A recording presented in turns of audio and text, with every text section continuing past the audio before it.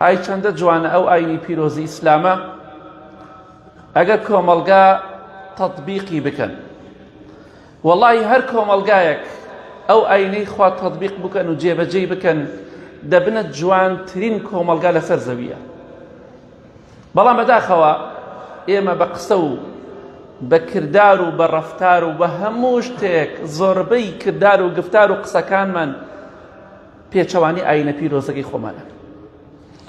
بێگومان ئاینی پیرۆزی ئیسلام ئاینی پەردەپۆش و داپۆشینی عەیب و عاری خەڵکە، نەک ئابڕووبردنی خەڵک.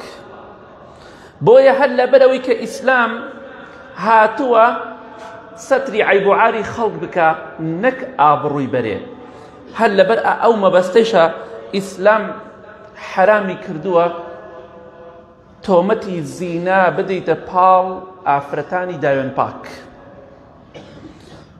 خوای گەورە هەڕەشەی لەو کەسانە کردووە تۆمەتی زینا ئەدەنە پاڵ ئافرەتان.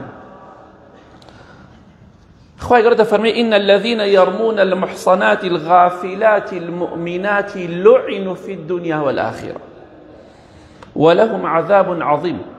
ئەو کەسانەی تۆمەتی زینا ئەدەنە پاڵ ئافرەتانی ئیماندار کە غافڵ و بێئاگان لە زینا داوێن پاکن، خوای گەورە لە دنیا و لە قیامەت لعنەتیان لێکات و ئەوانە عەزاب و سزایەکی زۆر گەورەیان بۆ دانراوە بە خەڵکی دەڵێن فڵانکە زینا دەکا، فڵانکە زیناکە، فڵانکە زیناکە. ئاگاداری ئەو وشەیە بن. ئەگەر ژن و پیاوێکت بینی چوونە شوێنێکەوە یەکسەر مەڵێ خەریکی زینان، قسە مەکە دەمت داخە، چونکە ئەگەر زینان نەکەن نەفرەتی خوا لە دنیا و قیامەت دەدرێتەوە. ڕاستەکەی زینا هەیە، بەڵام تۆ تۆمەتەکە دروست مەکە. ئافرەتێ داوێن پاکە، پیاوەیە داوێن پاکە، پێی دەڵێن زیناکە. ئی نازانی ئەمە دەتخاتە بەر تووڕەی خوا. کۆمەڵگای ئێمە کۆمەڵگایەکە دەممان پاک نییە لە ئاست و شەرەف و ناموسی خەڵک. دەممان پاک نییە. بوختیان دەکەین بە چەپ و بەڕاستە، بە پێش و بە دوا بۆ خەڵکی فڵانکە زینا دەکات، فڵانکە خەری زینایە، داوێن پاک نییە. بەڵگەت پێیە حکمی ئیسلام دایناوە لە قورئانی پیرۆزە ئەبێت 4 کەس شایەتی بدەن. ئەگەر 3 کەس وتیان فڵانکە زینای کردووە، هەر سێکیان ئەبێت داری حەدیان لێ بدرێت. 3 کەس. چ جای تۆ جای نابێت هیچ نەبینە بە تەنیا خۆت قساکەی. ئەبێت 4 کەس یەک قسە بکەن، قسەکانیشیان هەمووی ئەوە بێ بڵێن ئێمە بینیمان زینایان دەکرد، نەک بڵێن لە غورفەیەکا بوون بە یەکەوە. ئەوە نا، زینای تەواو. ئەگینا هەر 4ەکەیان ئەبێ داری حەدیان لێ بدرێ. بۆ ئیسلام بۆچی ئەمەی داناوە 4 شایەت؟ لەبەرەوە زۆر قورسە، بە تایبەتی پێشەوەی کە ئەم تەسویرە بەڵاو بێتەوە. هەر زۆر قورس بوو 4 کەس کەسێک ببین لەگەڵ ئافرەتێکە زینا دەکات. ئیسلام بۆ قورسی کردەوە لەبەر ئەوەی ئێمە دەمی خۆمان بگرین، بۆ ئەوەی ئاگامان لە خۆمان بێ، بەر نەفرەتی خوا نەکەوین لە دنیا و قیامەتیش خوا عەزابمان نەدا. وەڵڵاهی ئەوانەی کە ئاوا بە هەموو کەسێک دەڵێن زیناکە زیناکە زیناکە بە بێ بەڵگە نەفرەتیان لێکراوە، مەلعونن. وەخوای گەورە عەزابێکی گەورەشی بۆیان داناوە، عەظیم عەظیم. لە قیامەتە خوا عەزابێکی گەورەی بۆیان داناوە تەنها لەبەر ئەوەی بە خەڵکی دەڵێن زیناکات. کەواتە سیرکە ئیسلام چەندێ جوانە. ئەگەر ئێمە تەطبیقی بکەین کۆمەڵگامان کۆمەڵگایەکی زۆر پاک و خاوێن دەبێت. ئاینی پیرۆزی ئیسلام ئاینی سەترە، ئاینی داپۆشینی عەیب و عاری خەڵکە، نەک حەیابردن و ئابڕووبردنی خەڵک. ئەوەی کە ئێمە دەیکەین تەطبیقکردنی ئاینی پیرۆزی ئیسلام نییە، چونکە ئیسلام فەرمانمان پێ دەکات سەتری عەیب و عاری خەڵک بکەین، چونکە ئێمە لەگەڵ کۆمەڵگایەکە ئەژین، لەناو خەڵکانێکە ئەژین، هیچی مەلائیکە نییە. هیچ کەسێک مەلائیکە نییە، لە منەوە هەتا ئاخر نەفەر هیچ کەسێک مەلائیکە نییە. منیش هەڵە دەکەم، تۆش هەڵە دەکەی. وا نەزانی هەڵەکردن بۆ من حرام و بۆ تۆ ئەحتیاجیە. نا وەڵڵا فەرقی نییە. وەڵا ژنەکەی من سافیرە بێ و ژنەکەی تۆ و خوشکەکەی تۆ سافیرە، هیچ فەرقێکی نییە، هەمووی حرام. کەواتە دینی ئیسلام تەنها بۆ من و چەند حاجێک نەهاتووە، بۆ یەک بە یەک هاتووە کە بڵێ ئەشهەدو ئەن لا ئیلاهە ئیلا الله. ئیسلام لەبەر ئەو مەبەستەی کە دینی سەتر و داپۆشینی عیب و عاری خەڵکە هەر لەبەر ئەو مەبەستەیە کە ئێمەی هانداوە عیب و عاری خەڵک داپۆشین نەک حەیای بەرین. کاکە فڵان کەس حەیان برد بەخوا هەر شۆردمەوە خوا قەت نمونە زۆر نەکە حەیات برد ئەی ناترسی خوا حەیای خۆت بەرێ؟ ئابڕوت برد ناترسی خوا ئابڕوت بەرێ؟ بۆ تۆ غەزای بەدرا بەشداریت کردووە تۆ قەڵای خەیبەرت ئازاد کردووە یا حەیا و ئابڕووی موسڵمانێکت بردووە دڵنیا بە ڕۆژێکیش دێ سەری خۆت دێ خوا بەڵایەکت بۆ دەنێرێ ئابڕووی تۆش بەرێت. ئەو حەدیث پێغەمبەری خوا لەسەر صلی الله عليه وسلم خۆشەویستی خوا فەرمێ صلی الله عليه وسلم لە حەدیثێکی صحیح تەرغیبە من ستر على مؤمن عورة فكأنما أحيا موؤودا. سيريكا ئەگەر مسلمانێکت بینی هەڵەیەکی کرد عیبێکی هەبوو تۆ عیبەکەی شاردەوە لای خۆت کۆتایی پێهێنا بەمەکەت نەوت بینی خۆمان بێ و بەوکەت نەوت بینی خۆمان بێ چکە دوای بینی خۆمان نامێنێ هەینێ بینی خۆمان وەکو وای لە تەلەڤیزۆن لە کەناڵەکانە باسیکەی بەڵاو بێتەوە.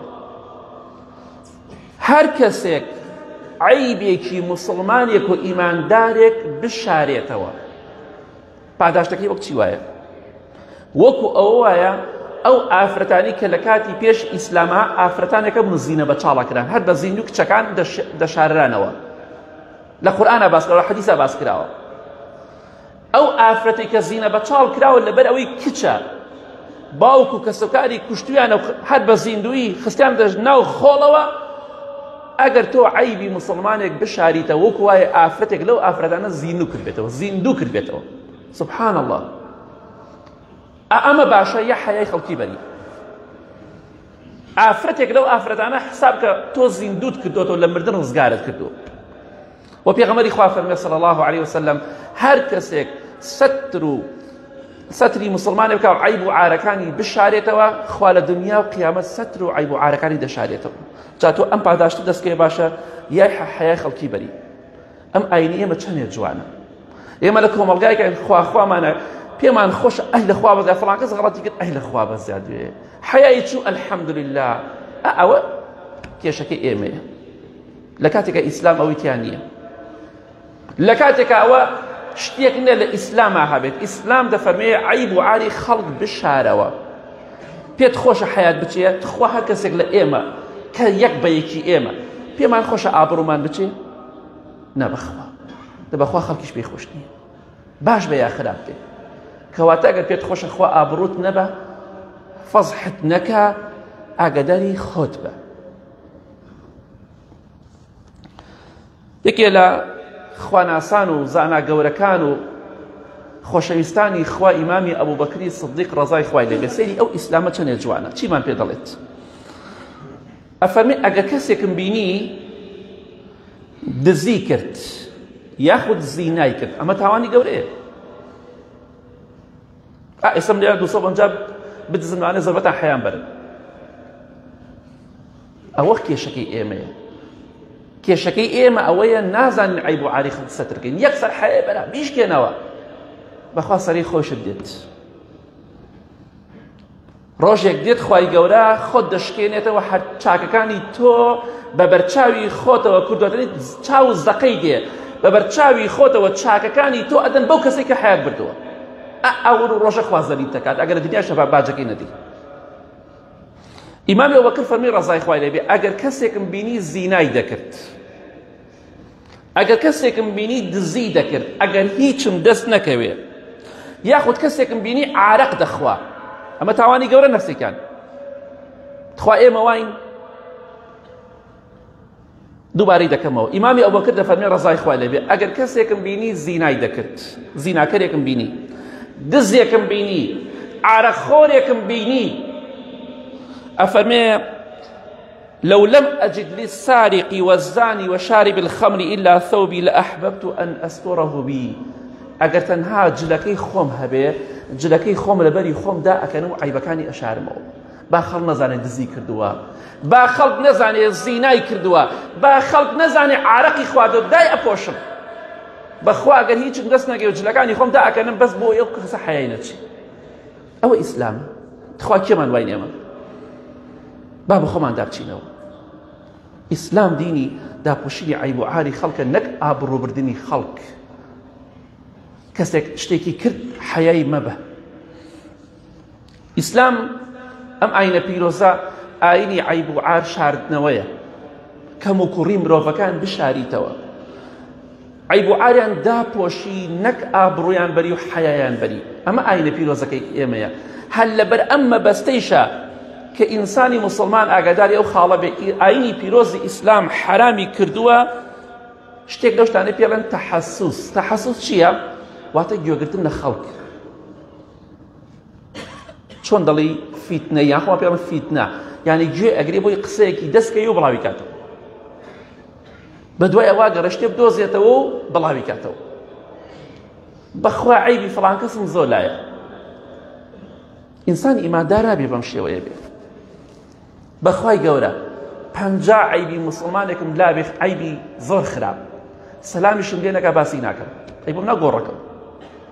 ئەگەر سەلامیشم لێ نەکات بۆ چەندەها شتی ئەوە ڕووی داوە، ئەی بەمە ناو گۆڕەکەوە ئەبێ بیبێنە ناو گۆڕەکەەوە. ئێمەش پیاو ئەبێ پیاو بێ. ڕۆژێک کەسێک سیقەی بە من بووە، قسەیەکی لای من کردووە، ئێستا بینی لەگەڵ مەنانی ئەگەر پیاو بم نابێ قسەکانی باسکەم، چونکە ڕۆژێک بوو سیقەی بە من بوو، دڵی بە من کردەوە.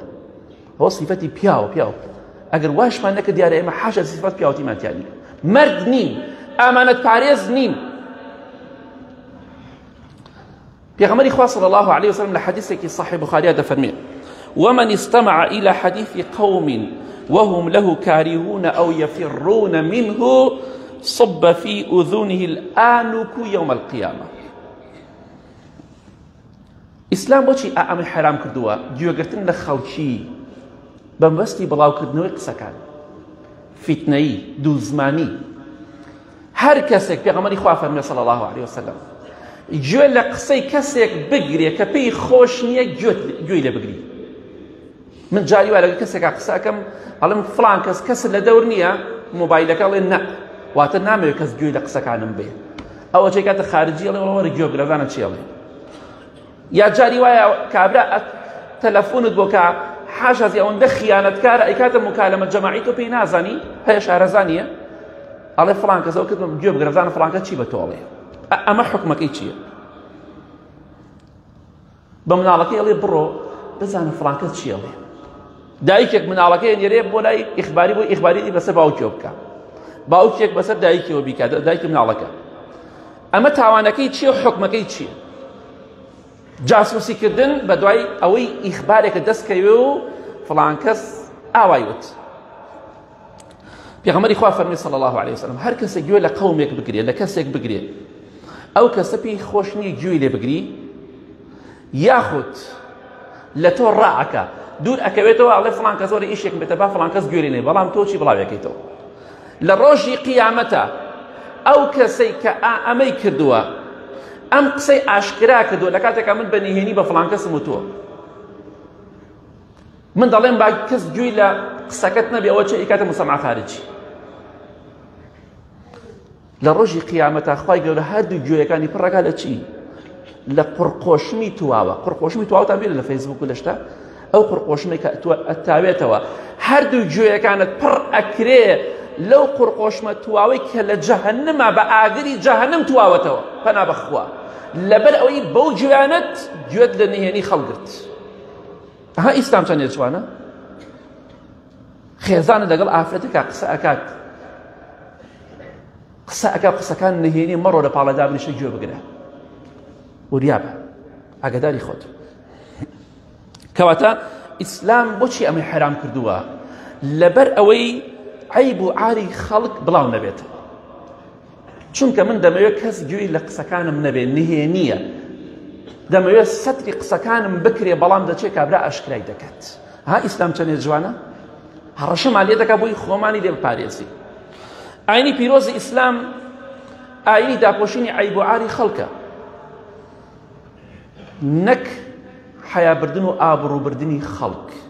هەر لەبەر ئەمەشە تەماشا دەکەی دووزمانی حرام کردو. دووزمانی چییە؟ نەمیمە.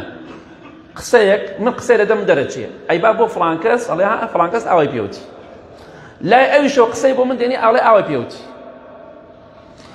پێغەمبەری خوا صلی الله عليه وسلم بۆچی ئەم هەڕەشەی لەو کەسانە کردووە چونکە ئەمە پاراستنی قسەی خەڵک نییە من عیبێکم هەیە قسەیەکم لە دەم دەرچووە غەڵەتێکم کرد ئەبێ تۆ بیشاریتەوە ئەمە عیبێکی منە ئەبێ سەتریکەی بەڵام دوو زمانی ئەوەی ئەڵێ سەتری مەکە بڕۆ بڵاوی کەرەوە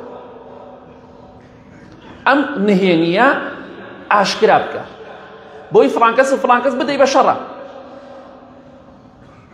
پێغەمبەری خوا فەرمێ صلی الله عليه وسلم بەلای دوو قەبرا تێپەڕی کە لە صحیح بوخاری مسلم داهاتوە فەرمی ئینەهما لەیعەذەبانی بەخوا هەزارەها ملیۆنەها کەسێ ئێستا لەناو گۆڕە لەسەر ئەمە سزا ئەدرێن پەنا بەخوای گەورە فەرمی ئەم دوو خاوەنی ئەم دوو گۆڕە سزا ئەدرێن لەبەر دوو تاوان یەکێک لەوانە ئەمە ئەحەدهما فەکانە یەمشی بالنەمیمە یەکێک لەمانە خەریکی دوو زمانی و قسەی خەڵکی دەهێنا و قسەی خەڵکی دەبرد بینی خەڵکی تێکەدا ئەوە خەڵکێکەی ئاوایە سبحان الله یەک قسێک لە دەمت دەرچێ کاتێک زانیدای فڵان کەسە یەک قسە بەڵاوێ کاتەوە قسە نەقڵەکە قسە دروستەکە جاری والە فڵان کەس بەخوا ئاوای پێوتی دووسێ قسەیشە خاتە سەری ترشیخۆیەکی پێوەکە کردووەتەنی بۆ ئەوی بین دوو کەس تێکدا ئەمە سزاکەیەتی لەناو گۆڕە سزا ئەدرێت یەکێک لە هۆکارەکانی سزای ناوگۆڕ قسە هێنان و قسە بردنە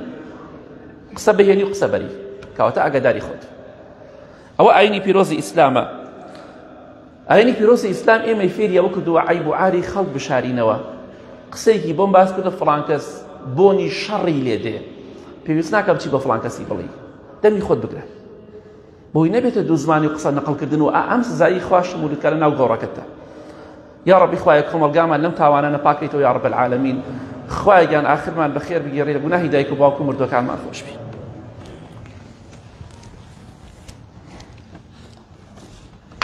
الحمد لله والصلاة والسلام على رسول الله وعلى آله وصحبه ومن والاه خۆشەویستان ئاینی پیرۆزی ئیسلام ئاینی داپۆشینی عیب و عار و کەم و کوڕی خەڵکە نەک ئاینی حیابردن و ئابڕووبردنی خەڵک هەر لەبەرەوەش ئەم ئاینە پیرۆزە کە ئاینی سەترە داپۆشینی عیب و عاری خەڵکە حرامی کردووە لەسەر ئێمە چی بکەین بڕۆینە ماڵێکەوە بەبێ ئەوەی ئیزنی لێوەرگرین لە دەیا حەدیثە هاتووە پێغەمبەری خوا صلی الله عليه وسلم دەفەرمێ ئیزن وەرگرن خوای گەورەش دەفەرمێ حەتا تەستەئنیسن هەتا ئیزن وەرەگرن چونە ماڵێکەوە پێخۆش بێ و ئیزنیش وەرگرن لەبەر ئەوە بۆچی ئیزن دانراوە کاتێک کە خوای گەورە فەرمی لە قورئانی پیرۆزا فەرمووی ئەی ئیمانداران مەچنە هیچ ماڵێکەوە ئیلا بەبێ ئیزن نەبێ حەتا ماڵک برای بەڕێزم داوات لێکم حەتا ماڵی کوڕەکە و کچەکەی خۆت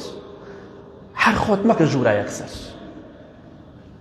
ئەبوو هورەیرە ڕەزای خوا لێبێ کاتێک کە موسڵمان بوو هاتەوە بەرەو ماڵ دایکی وتی بۆستە خۆمە شۆم مەیە پێشەوە با ماڵی دایکت بێ با ماڵی کوڕەکە و کچەکەت بێ بەبێ ئیزن یەکسەری خۆت مەکە ژوورە ماڵی خۆمە ئەو ماڵی خۆت قەی ناگرێت خێزانی خۆتە بەس ئاگادار بە جوان وایە ئەدەبت هەبێ ئینسان ئەدەب و ڕەوشت و ئەخلاقی بەرز بێ کەواتە ئەم ئیسلامە ئێمەی فێر کردووە ئێمە فێری ئەوە کردووە کە ئیزن وەرگرین کاتێ ئاەتەکەدا بەسی خوای گەورە فەرمی ئیزن وەرگرن لا تدخلوا بيوتا غير بيوتكم حتى تستأنسوا إمام عبد الله كوري مسعود كالصحابيكي برزي في غمر إخوة صلى الله عليه وسلم ما برادري في هبو كأرج بمال يكسر خويا كده جورا نا إذن نا لدرجة خويا كده جورا يكسر أما هنا كيسي أمر رواية قيتشيك مال آموزام ومال كورزام أو مال كرمو ومال كتشمو ومال فلان كسر نا أشتانا ماك غلطة لو أنا كتشكت بكلك وني لو كاتا برويت جورا ولا بوككت بكلك نية دایک لو أنا لو كاتا جليكي ولا إبراهيم بكل ضيب رويت جورا أبي وريابي غير خيزانة دبي وريابيت بو همو كسك كتشكتا قشكتا برازاكتا برزاكتا هر كسك وريابه إمام عبد الله كوري مسعود داي لدرجة دعاء دابزيني آياتك إخوة فرمي إذن ورقرن برادركي بتي عبد الله كوري مسعود أو تشير درجة هذه قد وانا بويتا تۆ کوا تایسە ئیزن لە ئێمە وەرگرتووە کوا لە تایسە لە دەرگات داوە فەرمووی ئاخر خوای گەورە ئاەتی ناردە خوایە ئەوە ئیسلامە کاتێ ئێمە دەبیستم شەرم مەکەم شەرم ئەبێ شەرم دامانگرێت چەندی ئەو ئیسلامیان بە جوانی تەطبیق کرد ئەو ڕەوشت و ئەخلاق و سیفەتە ناشرینەی کە تایە بوو کە زانی مخالفەی قورئانە یەکسەر وازی لێهێنا ڕەزا و ڕەحمەتی خوای لێبێ ئەمجا لە دەرگا دەچووکە خوا فەرمێتی ئیزن وەرگرن کەواتە ئاگاداری خۆت مەکە ماڵە یەکسەر بۆچی ئیسلام ئەمەی داناوە لەبەرەوەی عەیب و عاری خەڵک پارێزراو بێ لەبەرەوەی بووکەکەت بە حاڵەتێکی ناشرینەوە نەبینی لەوانەیە فەقیرە جلێکی لەبەرا نەبێ لە ماڵەوە تۆ خۆت کە دەژورات چۆنە با بووکی تۆ بێ با دایکی تۆ بێ با خوشکی تۆ بێ با کچی تۆ بێ با مەحرەمی تۆ بێ وریابە غەیری خێزانت وریابە سەتری عەیب و عاری خەڵکە بووکەکەت شەرمەزار مەکە خوشکەکەت و کچەکەت شەرمەزار مەکە خزمەکەت شەرمەزار مەکە ئەم جارای خەڵکی باسێکی وەڵا فڵان کەسە بینی جلی لەبەرا نەبوو یاخود بەو شێوەیە بوو وریابە ئیسلام ئاینی پیرۆزی ئیسلام بۆمانی داناوە حتى پێغەمبەری خوا فەرمێ صلی الله علیه و سلم لە حەدیث صحیح بوخاریە إنما جعل الاستئذان من أجل البصر بۆچی ئیزن دانراوە ئیزن بۆچی داناوە کە شتە ماڵ خەڵکەوە لەبەر چاو لەبەر وریابە لەبەر ئەوەی چاوت هەیە ئەبێ ئیزن وەرگری بێم یان نەیەم ئیزن هەیە ڕوخسەت هەیە یان نییە حتى خوای گەورە فەرمێ لە قورئانی پیرۆزە ئەگەر لەبەر دەرگاکە وتیان مەجال نییە و ناگونجێ بگەڕێنەوە وەڵا ئەمڕۆ هەر کەسێک وای پێ بڵێ بەخوا هەتا مردن سەلام لێ ناکە ئەوە ئاەتی قورئانیشە وإن قيل لكم رجعوا فارجعوا هو أزكى لكم ئەمە چاکترە بۆ ئێوە وتیان بگەڕێنەوە خاوەن ماڵ ناگونجێ بگەڕێنەوە بەخوا ئەگەر وا بکەی لانە لە فەیسبووکە حەیات بەری لە کاتێک ئەمە خوا فەرمانی بە ئێمە کردو ئاوا بین ئێمە زۆر دوورینە کۆمەڵگایەکین دوورین لە قورئان پێمان ناخۆشە دڵتەنگین سوکایەتی بە قورئان دەکرێت یەکێک لەوانەی کە سوکایەتی بە قورئانی پیرۆز کرد ڕۆیشت دەڵێن کوشتیان بەڵام ئایا زەرەری کریا قازانجی کرد هەمومان دڵمان تونە کەسێک بچووکترین قسە بە قورئان بڵێ ئەوە نیشانی ئیمانە بەڵام تەطبیقیشی ناکەین ئەوەی کێشەکەمانە ئەوەی دژاتێم قورئانە بکە خوا لە دنیا و قیامەت زەلیل و ڕسوای دەکات دڵنیا من لەوە ئێستا دەزانێت سووتاندنی قورئان یانی چی ئێستا دەزانێت قورئان چییە بەس تازە ڕۆشت قیمەتی چی هەزار جا بڵێ پەشیمانم تازە ڕۆشت هەزار جا بڵێ خوایە دەگەڕێمە قورئان تەطبیقەکەم و ماچی دەکەم و دێنێمە سەرمە و بەخوا تازە ناگەڕێتەوە کۆتایی پێهات ئاینی پیرۆزی ئیسلام ئاینی داپۆشینی عەیب و عاری خەڵکە نەک حەیابردنی و ئابڕووبردنی خەڵک هەر لەبەرەوەشە تەماشا دەکەی حرامی کردووە لەبەر پاراستنی عەیب و عاری خەڵک حرامی کردووە ئەوەی کە لە نێوان ژن و پیاوە ڕوو ئەدا بڵاوی کرێتەوە واتە پیاوێک بڵێ لەگەڵ خێزانمە ئاواکەم و ئاواکەم و ئاواکەم سەرجەیی یاخود ژنێک بڵێ پیاوەکەم ئاوام بۆ کارە سەرجەیی ئەمە حرامە بۆچی لەبەر ئەوەی ئەو عەیب و عارانە شاراوە بن لەوەی کە لە نێوان ژن و پیاوە ڕوو ئەدەن نابێ لای هیچ کەسێک باس کرێ خوشکی بەڕێز مەتایبەتی ئافرەت ئەچێ باسێکات پیاوەکەم ئاواکە لەگەڵمە ئاوای لەگەڵ بزانین سزای و کەسانە چی ژن بێ یا پیاو بەتایبەتی ئافرەتان زیاتر شتە دەکەن لە حەدیثێکی صحیح مسلم داهاتوە پێغەمبەری خوا فەرمێ صلی الله عليه وسلم إن من أشر الناس عند الله منزلة يوم القيامة الرجل يفضي إلى امرأته وتفضي إليه ثم ينشر سرها لهمو کەسێک خراپتر لە ڕۆژی قیامەتە کە خراپترین جێگا و منزڵی هەیە خراپترین پلەپایە هەیە لای خوا شەڕترین خراپترین ئینسان پێت خۆشە لای خوای گەورە خراپترین پلەپایەت هەبێ پێت خۆشە لای خوای گەورە نزمترین پلەپایەت هەبێ ناوەڵڵا دەی پێغەمبەری خوا فەرمێ صلی الله عليه وسلم لە هەموو کەسێ پلەی کە پلەپایە و شوێنی خراپ بێت جێگای خراپ بێت ئەو کەسەیە ئەو پیاوەیە کە لەگەڵ خێزانی خۆیان شتێک دەکا و لەگەڵیان سەرجەیی دەکا و دوایی پاشان بڵاوی دەکات یاخود ئافرەتێک لەگەڵ پیاوەکەیان سەرجەیی دەکا و بەیانی دەڵێ ئاوامان کرد و ئاوامان کرد ئەمە لە ڕۆژی قیامەتە لای خوای گەورە پلەپایەکی زۆر زۆر خراپی هەیە لای خوای گەورە شەڕترین کەسە چونکە بۆچی لەبەر ئەوەی ئەو سەتر و عیب و عارەکە هەیە نەیشاردەوە بەڵکو باسی کرد. لەبەر ئەوە ئیسلام فەرمانی بە ئێمە کردووە وریای خۆتان من چی ئەکەن لەگەڵ خێزان و پیاوی خۆتانە بینی خۆتان بێ و با هیچ کەسێک نەزانێت. ئەوە ئیسلامە. لە کۆتاییدا دەڵێم ئاینی پیرۆزی ئیسلام ئاینی داپۆشینی عیب و عاری خەڵکە، نەک ئاینی ئابرووبردن و حیابردنی خەڵک. هەر لەبەر ئەوەشە کە ئاینی پیرۆزی ئیسلام حرامی کردووە بە دوای عیب و عاری خەڵکا بگەڕین. جاسوسی تەجەسوس چییە؟ ناو خۆمانە جاسوس یعنی دوو زمان و فیتنە، بەس جاسوس لە قورئان و حەدیثە لە زمانی عەرەبیە واتە ئەو کەسێ بە دوای عیبی خەڵک ئەگەڕێ، عیب و عاری خەڵک ئەگەڕێ بزانم دەی فڵان کەس غەڵەتێ بکات، دەی خوایە غەڵەتێ بکە حەیە بەرم. ئەمە حرامە لە ئیسلامە. فڵان کەس لەخوا بەزایدە غەڵەتی کرد، بەخوا فڵان مامۆسای چاک حەیە بەرد ڕسوای کرد. تەبی خۆت بگرە برای بەڕێز. ئینسانی ئیماندار نابێ بەم شێوەیە بێ عیب و عاری خەڵک باسکەی، نابێ بەم شێوەیە بێ.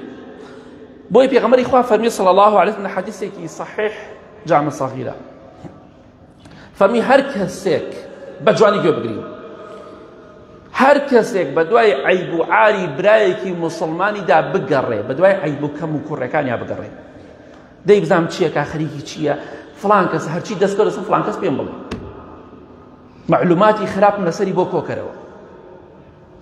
ئەمە سزاکەی چییە؟ هەر کەسێک بە دوای عیب و عاری خەڵکا بگەڕێ، خوای گەورەش بە دوای عیب و عارەکانی ئەگەڕێ. ئەگەر لە ماڵەکەی خۆیشیا بێ خوای گەورە حەیای دەبا و ئابڕووی دەبات. بۆ چەندها کەسێک لە ماڵ و حسابی بۆ ناکری، هۆکارەکەی چییە؟